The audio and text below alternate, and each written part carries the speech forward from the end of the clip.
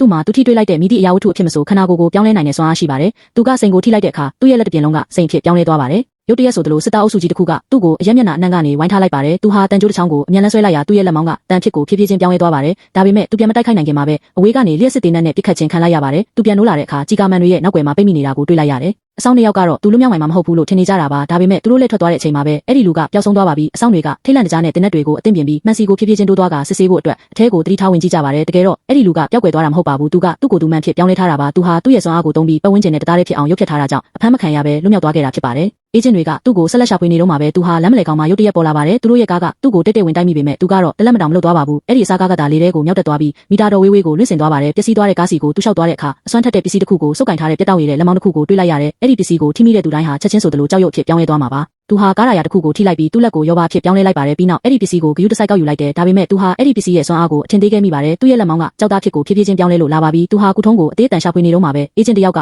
စနိုက်ပါတိုင်းဖဲနဲ့ပေါ်လာပြီးတေးစေနိုင်တဲ့ကြီးစံနဲ့ပစ်ခတ်လိုက်ပါတယ်သူဟာအဲ့ဒီကြီးစံကိုရှောင်ဖို့တော့မကြိုးစားပါဘူးသူကသူ့လက်ချောင်းကလက်စွပ်ကိုထိလိုက်တဲ့အခါတကူလုံးကတတုအဖြစ်ပြောင်းလဲသွားပြီးကြီးစံကိုအလွယ်တကူပဲကာကွယ်လိုက်နိုင်မှာတော့တယ်